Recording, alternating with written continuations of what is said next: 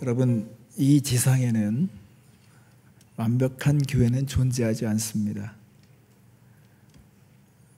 부부가 하나 되기도 힘들고요. 가족이 하나 되는 것이 얼마나 힘든 줄 여러분 아시잖아요. 가족도 하나 되기가 힘든데 그러한 가족들이 모이는 교회가 완벽하게 기대하는 것 자체는 그거는 착각입니다. 완벽한 교회는 이 세상에 없습니다.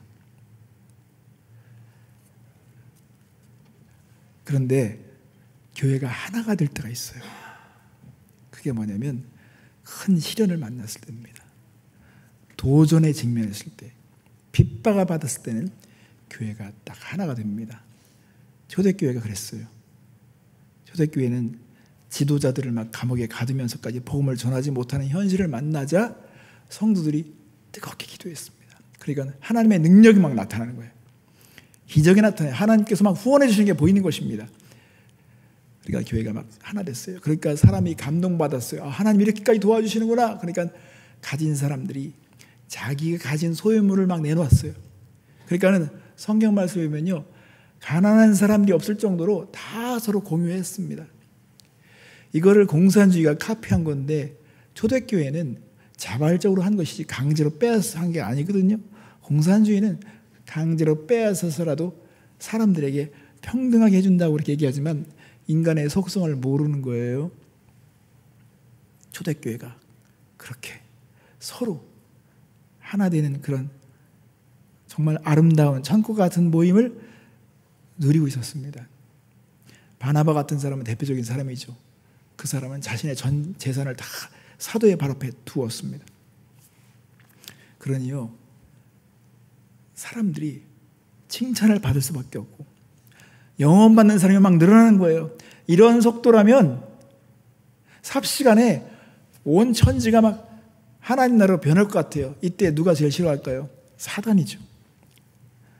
사단은 가만히 있을 수가 없습니다. 그래서 이런 문제를 조기에 딱 끊어놓기 위해서 탐욕에 사로잡힌 사람을 찾기 시작했습니다.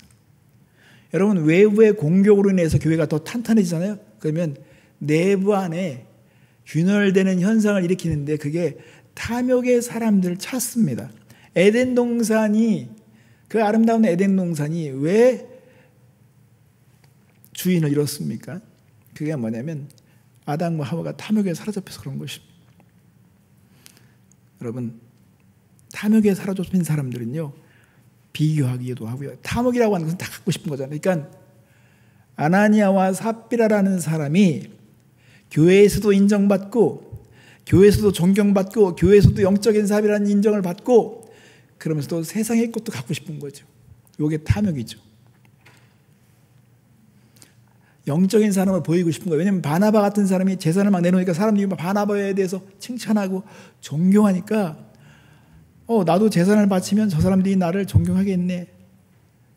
하나님도 섬기면서 재물도 잃지 않으려는 마음, 이게 탐심이죠. 탐욕입니다. 아나니아와 삽비라는 그런 마음이 있었는데 부부가 한 마음이 됐어요. 그래가지고 한 마음이 돼가지고 계획을 짜죠. 그래서 여러분, 탐욕은 위선의 가면을 쓰게 되어 있습니다. 자, 1절과 2절 말씀 보겠습니다. 아나니아라는 사람이 그의 아내 삽비라와 더불어 소유를 팔아 그 값에서 얼마를 감추매 그 아내도 알더라. 얼마만 가져다가 사도들 발 앞에 두니라고 했습니다. 성도 여러분, 여기에 얼마를 감추매 얼마만 가져다가라 그랬어요. 근데 이게 얼마인지를 몰라요. 몇 퍼센트를 감추었는지 잘 몰라요. 근데 여러분, 이게 중요한 게 아니에요. 지금 심각한 건요, 부부가 서로 같은 마음을 했다는 거예요. 그리고 서로 아는 거예요. 이런 상황이 어떻게 진행되고 무엇을 위해서 진행되는 것인지를 다 알고 있는 것입니다. 그런데 하나님은 절대 속지 않죠. 이 위선의 가면을 썼다는 것은 사람들이 역할을 하는 거예요. 연기를 하는 것입니다. 교회에서는 교회 나름대로 연기를 하고 또 세상에서는 세상에 연기를 하고, 이게 자기 안에는요 불편하지 않은 거예요. 근데 위선이 위험한 것은요, 거짓에 굴복하기 때문에 위험한 것입니다. 거짓에 굴복한다는 것은 하나님을 속일 수 있다고 생각하는 것입니다. 그래서 베드로가 성령님의 도우심으로 아나니아와 삽비라의 그 마음을 다 꿰뚫어 보는 것입니다. 그래서 3절 말씀엔 베드로가 이르되 아나니아라 아나니아야 어찌하여 사단이 내 마음에 가득하여 내가 성령을 속이고 땅값 얼마를 감췄느냐. 이렇게 베드로는 아나니아의 그 거짓된 마음을 꿰뚫어 보면서 지금 얘기합니다. 그런데 베드로는 추가적으로 말하는 게 있어요. 재산을 그래 다 바칠 이유도 없고 바치지 않아도 되는 겁니다. 지금 문제가 되는 것은 재산을 얼마를 이게 바치려고 했는데 덜 바쳤다 안 바쳤다 이런 문제가 아닙니다. 이들이 가지고 있는 그 치명적인 문제는 마음의 문제인데 하나님까지 속일 수 있다는 이런 생각을 가졌다는 것입니다. 그래서 베드로는 4절에 땅이 그대로 있을 때에는 내 땅이 아니며 판 후에도 내 마음대로 할 수가 없더냐. 어찌하여 이 일을 내 마음에 두었느냐. 사람에게 거짓말한 것이 아니요 하나님께로다. 하나님께 거짓말했다는 것입니다. 다 바치지 않았어도 되는 것입니다. 그런데 이런 마음을 보니까 하나님까지도 속이려 했다는 것이죠. 여러분, 그런데 위선이 왜 심각하냐면요, 위선은 소중한 것을 다 죽여버립니다. 다 죽이는 것입니다. 소중한 것을 죽인다. 사실은 아나니아와 삽비라가 서로 이런 얘기를 했더라도 한 사람이라도 깨어서 꾸짖거나 잘못되었다고 지적하거나 이럴 수는 없다고 말할 수 있는 사람이 되어야 되는데 이 두 부부가 같은 말을 하셨다는 것이죠. 그러니까 이게 심각한 겁니다. 위선적인 부모의 밑에서 자란 자녀들이요, 영원히 죽습니다. 죽어요. 소중한 게 다 죽습니다. 미래가 죽습니다. 그런데 어떤 사람들은 아니 그것 가지고 뭐 하나님이 이렇게 죽게까지 하시냐라고 생각하시죠. 여러분, 절대 그렇지 않습니다. 제가 그런 것을 증명해 보겠습니다. 지금 한국은요, 마약이 피자값만큼 싸졌습니다. 연예인들이 마약에 의해서 지금 걸려들기 시작했습니다. 심지어는 뭐 영화에서 대상을 받은 그 연예인이 연기를 하듯이 마약에 세수상송을 했는데 나중에 보니까 마약에 쩌든 사람이었어요. 그래서 구속을 지금 하느냐 마느냐 지금 하고 있거든요. 이렇게 청소년들이 많이 모이는 그런 학원가에도요, 이렇게 병에다가 마약을 타서 음료수처럼 막 파는 거예요. 그게 다 포착이 된 거예요. CCTV에 아줌마들이 막 이 마약을 파는데 음료수다, 이거 먹으면 너희들 힘도 나고 공부 잘한다니까 이 맛을 한 번 빠지면 애들이 중독이 되는 거죠. 이렇게 뻗쳐있기 때문에 이 마약에 대한 분명한 것을 경고하고 엄중하게 단속을 해야 되는데, 여러분, 손 방망이처럼만 처벌하면 이건 안 돼요. 우습게 여겨요. 그러니까 정말 심각하게 이 문제를 짚고 넘어가야 한다면요, 경고하듯이 엄하게 처벌을 해야 되는데, 하나님은 역사의 새로운 장이 열릴 때, 역사의 새로운 순간이 올 때, 그때 아주 분명한 경고를 하셨어요. 그렇게 보여줘야만이 사람들이 정신을 차리고 그거를 생각해야 돼요. 그게 언제냐면요, 우리가 여호수아서를 보면요, 여호수아서가 구약의 사도행전이에요. 여호수아서가 이제 가나안 땅에 쳐들어가서 가나안 땅의 그 정복을 위해서 지금 이제 문 열리면서 그 땅의 주인으로서 살면서 하나님 나라를 이제 열 수 있는 새로운 시대가 열리는 그런 순간이었어요. 그래서 하나님께서는요, 여호수아 백성들에게 정말 약속하셨습니다. 너희들이 밟는 땅을 내가 주겠다. 너희들이 주인이다. 내가 땅 문서를 다 너희들에게 주었다. 믿음으로 정복해라. 나만 믿어라. 이렇게 했어요. 그런데 하나님이 한 가지 염두에 둔 게 있어요. 인간의 속성을 아시기 때문에 이 한 가지만은 너희들이 정말 심각하게 생각해야 된다. 그래서 여호수아서 6장 18절에 보면 이렇게 말씀하십니다.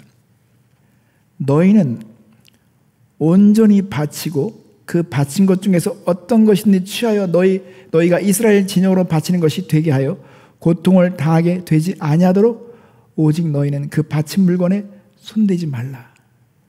그러니까 하나님께서는 인간의 이 탐욕을 보시고 이 탐욕에 한번 굴복하면 거짓의 사람이 되고, 그리고 이것이 하나님 나라의 치명적인 문제가 되기 때문에 첫 번째 대승을 거뒀을 때 거둬들인 그 물질에 대해서는 나에게 돌리라고 말씀하신 것입니다. 나에게 돌려라.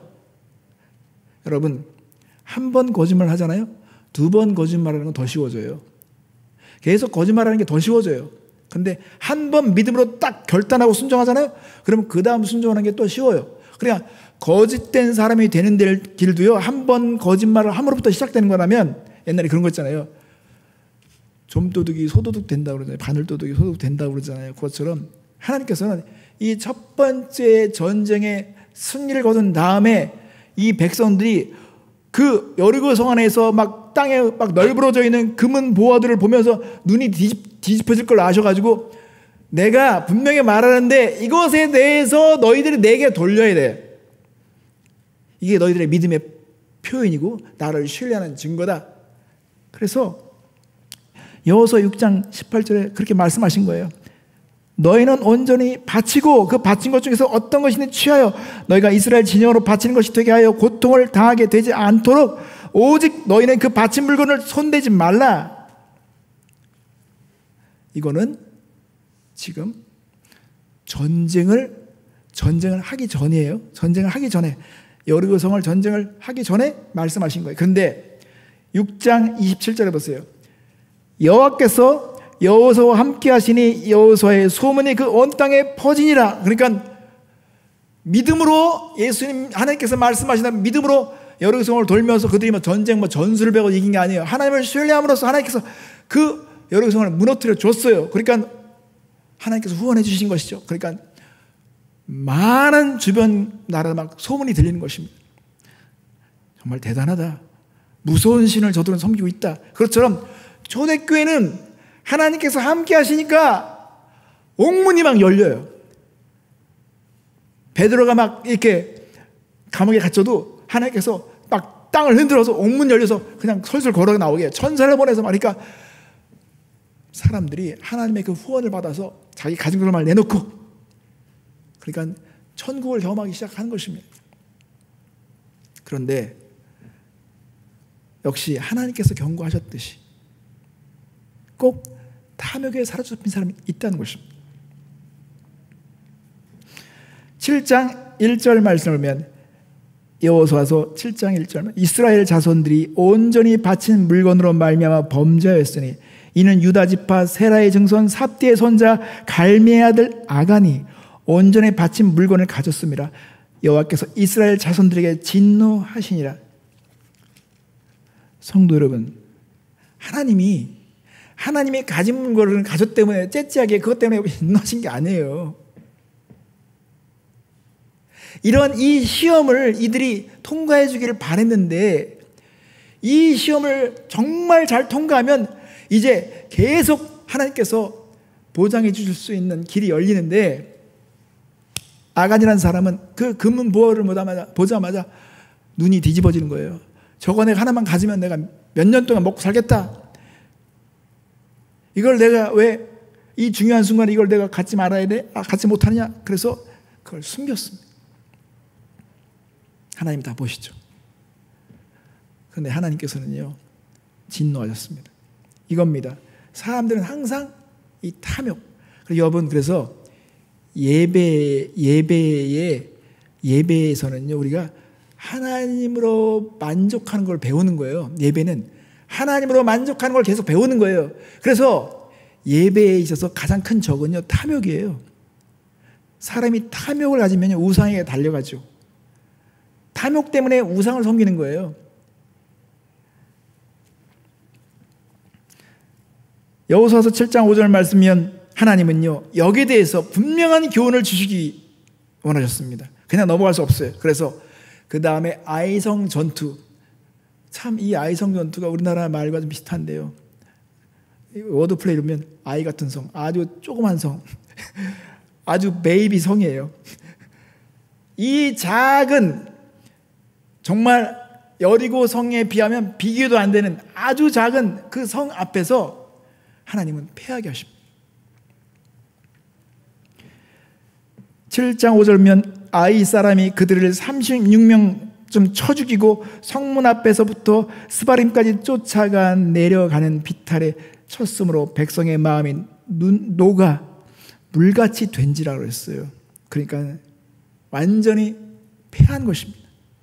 여리고 성의 그 견고한 성벽을 하나님께서 무너뜨리는 데는 이들이 정말 승리의 경험을 할 수 있도록 하나님께서 후원해 주셨는데, 아이성에서 하나님께서 손을 딱 떼시니까 아이성 전투에서 완전히 패배한 것입니다.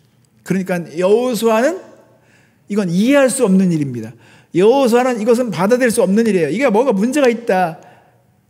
그래서 7장 7절이면 이르되 슬프도소이다. 주 여호와여 어찌하여 이 백성을 인도하여 요단을 건너게 하시고 우리를 아모리 사람의 손에 넘겨 멸망시키려 하셨나이까. 우리가 요단 저쪽을 만족하게 여겨 거주하였다면 좋을 뻔하였나이다 그랬습니다. 그래서 이 문제에 대해서 추적해 들어가는데 하나님께서 말씀하였습니다. 탐욕에 사로잡힌 사람이 있으니 이 사람들이 물건을 취했고 이 사람들을 불살라 죽이라는 것입니다. 무섭죠. 잔인하죠.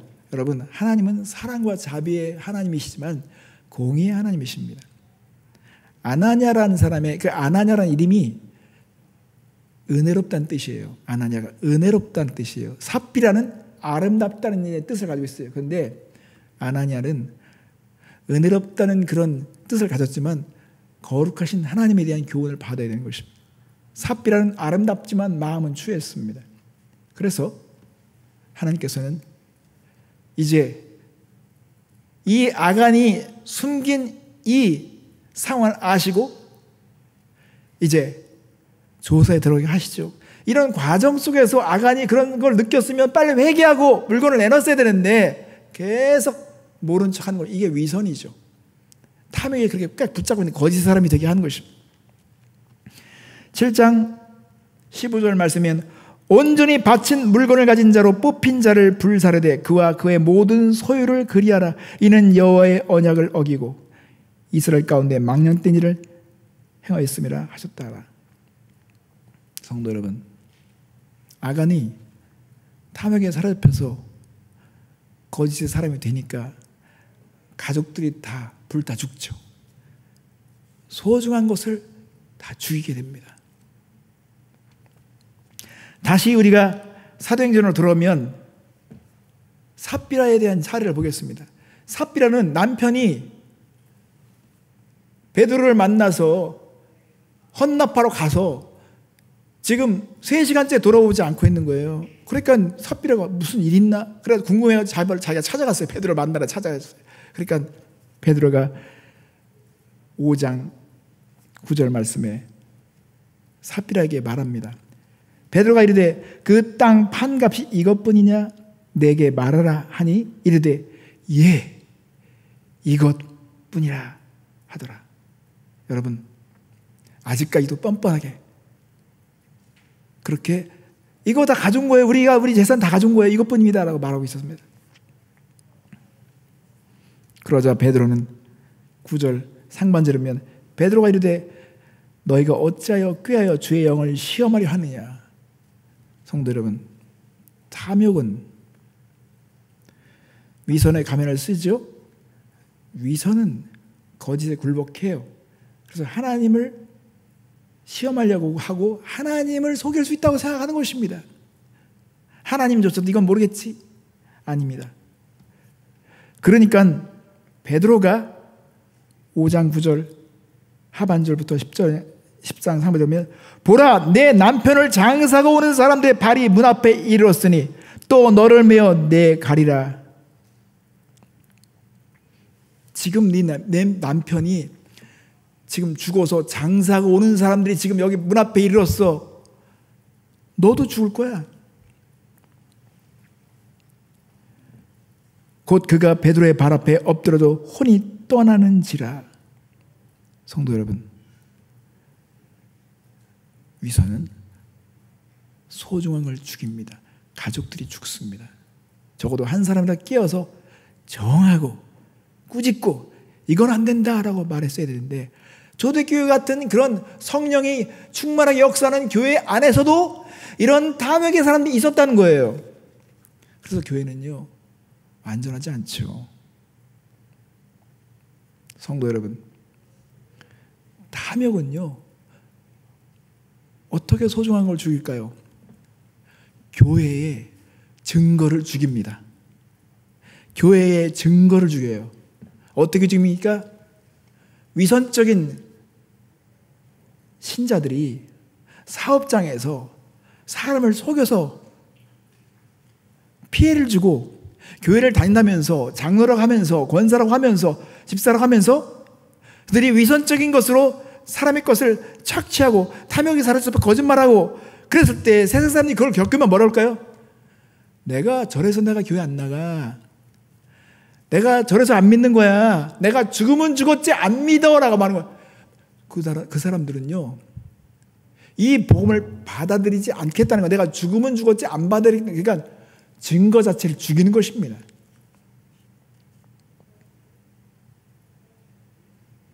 이렇게 탐욕과 위선에 사로잡힌 사람들은 증거만 죽이는 게 아닙니다. 기쁨을 죽입니다. 왜 기쁨을 죽입니까? 위선적인 사람들은요, 늘 분석적인 태도로 삽니다. 자기가 위선적인 삶을 사니까 다른 사람들에 대해도 그런 관점으로 보는 거예요. 그런 앵글로 보는 거예요. 렌즈로. 저 사람은 순수할까? 저 사람은 정말 진실할까? 저 사람도 속이는 없을까? 왜냐하면 자기가 그러니까 사람들에 대한 온전한 마음을 보이지 못하니까 항상 분석하고 따지고, 그리고 자기가 이것을 들키지 않기 위해서 항상 뭔가 연기를 해야 되고, 그러니까 긴장하죠. 그러니까 평안이 다 죽는 것입니다.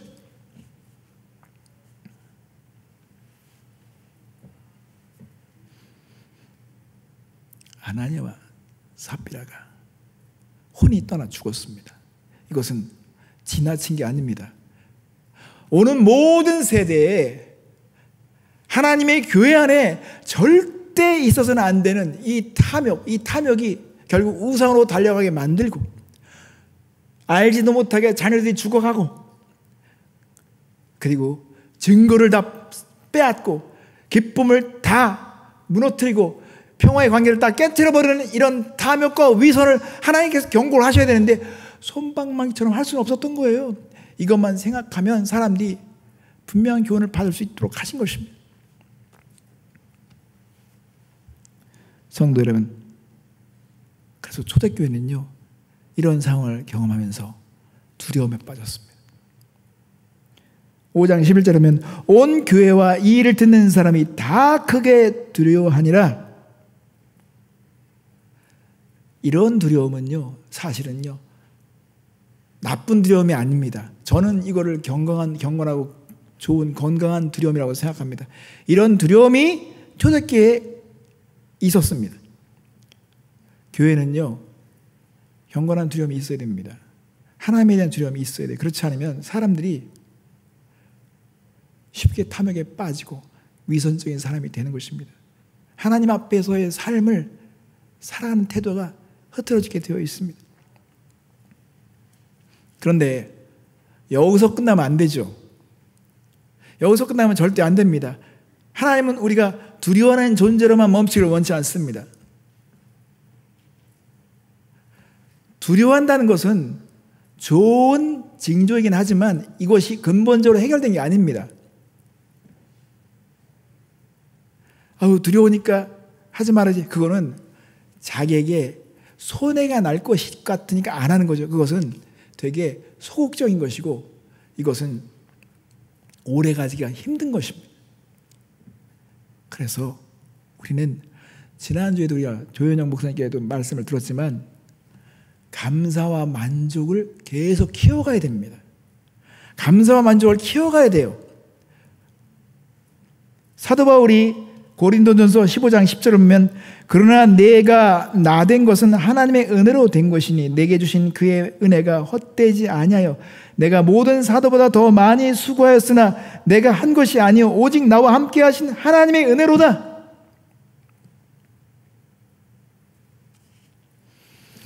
감사와 만족으로 우리가 서 있어야 됩니다.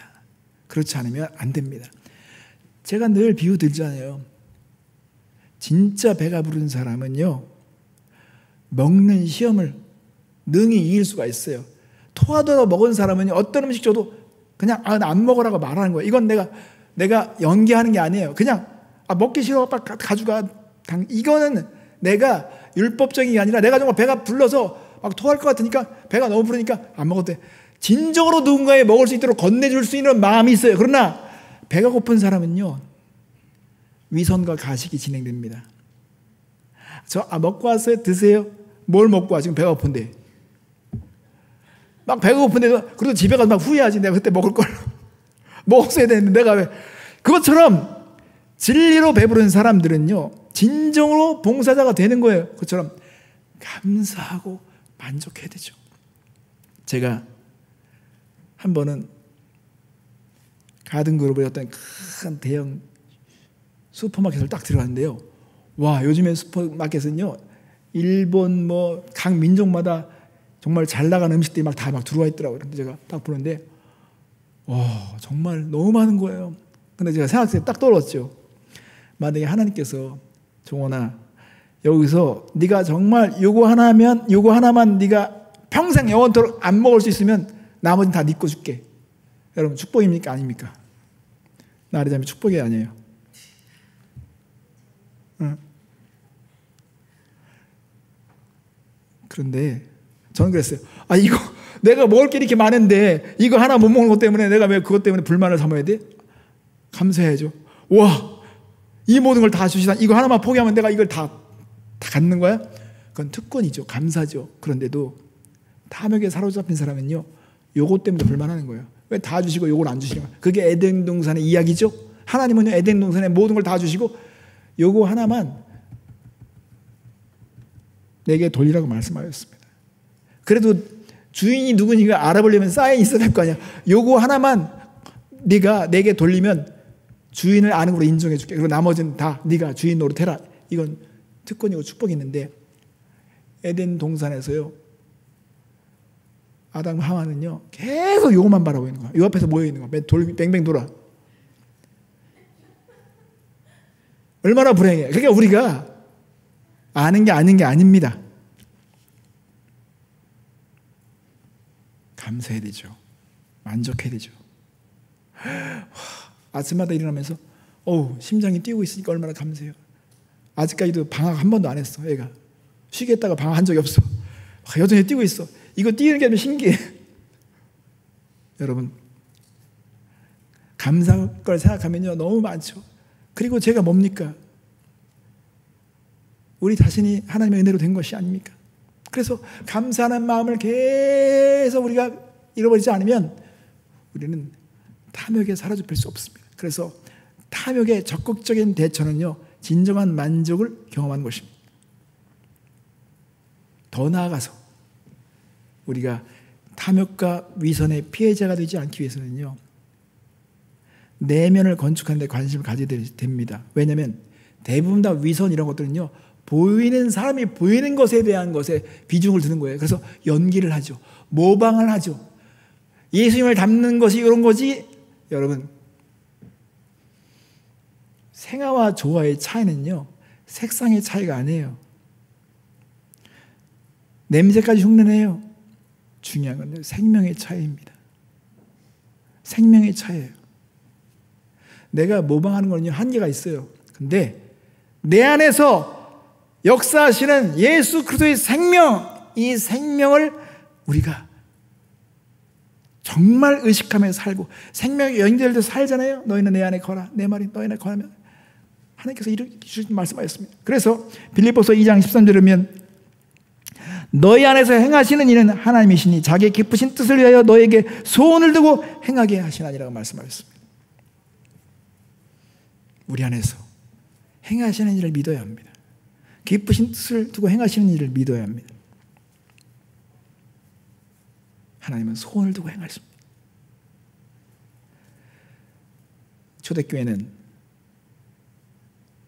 성령이 역사하는 교회였지만 탐욕에 굴복한 한 부부로 인해서 위기가 왔었습니다.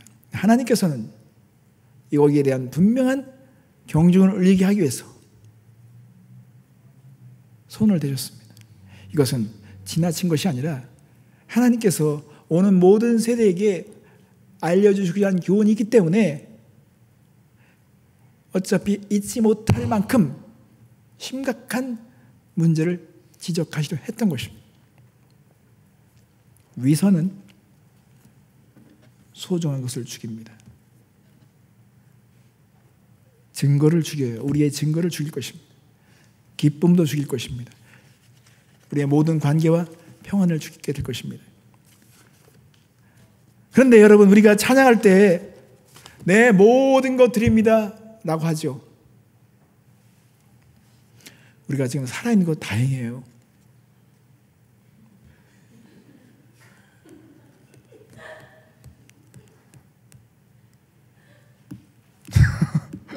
전부를 드립니다 고백 얼마나 많이 해요.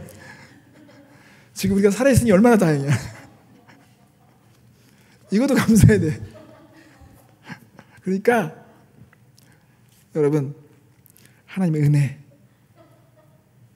정말 항상 하나님이 나를 아직까지 살려주신 것 감사합니다. 그렇지만 하나님께서는요, 그래요. 우리가 연약한 걸 알아요. 이 보배를 우리가 질그릇에 가졌다는 걸 아셔요. 우리가 쉽게 깨진다는 거, 연약하는 걸 다 아세요. 그러니까 하나님은요, 정직한 걸 좋아하세요. 정직을 좋아하세요. 정직한 자. 하나님, 내가 이 정도밖에 안 되네요. 하나님은요, 그렇게 우리가 말할 때 하나님 너무 좋아하세요. 그래, 네가 정직하구나. 제가 해보려고 안 됐어요, 하나님. 근데 안 돼놓고도 막 된 것처럼 얘기하거나 가식하거나 위선하자. 하나님은 그런 사람을 화 있을진저. 예수님이 죄인들과 세리와 창녀들과 함께 있는데 그 많은 종교 지도들은 막 예수님을 손가락질 한 거예요. 그러니까 예수님께서 그들 안에 있는 회칠한 무덤 같은 그들 가식들, 속은 팍팍 썩어 있는데 겉모습 막 번지르르 막 의로운 척하는 이런 모습을 보면서 예수님은 화했을진저 라고 말씀하셨습니다. 하나님은 위선을 정말 싫어하십니다. 이제 우리 진실해야 되겠습니다. 정직해야 되겠습니다. 그리고 하나님이 주신 은혜를 가지고 만족하는, 감사하는, 날마다 감사하는 것을 계속 늘려가시고, 그리고 우리 내면에서 역사하시는 그 성령님을 의식하며 하나님께서 기뻐하시는 존재가 되었으면 좋겠습니다. 예수의 형상이 빛날 수 있을 때까지 우리는 가야 되겠습니다. 함께 기도하겠습니다.